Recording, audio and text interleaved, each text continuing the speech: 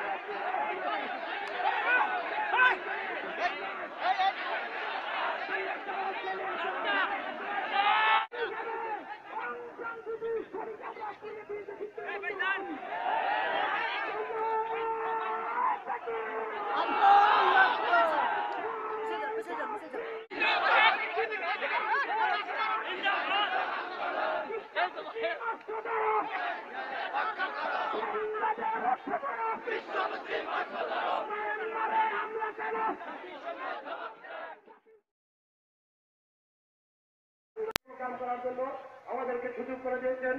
সর্বশেষে ইসলামী শাসনতন্ত্র ছাত্র আন্দোলন কেন্দ্রীয় কমিটির পক্ষ থেকে যারা উপস্থিত হয়েছেন আপনাদের সবাইকে আন্তরিক শুভেচ্ছা জানিয়ে এবং আগামী 5 তারিখে আপনাদের উপস্থিতি কামনা করে এখানে শেষ করছি।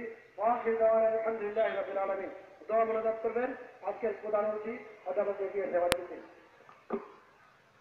اللهم آمين. ربنا ظلمنا أنفسنا وإن لم تغفر لنا وترحمنا لنكونن من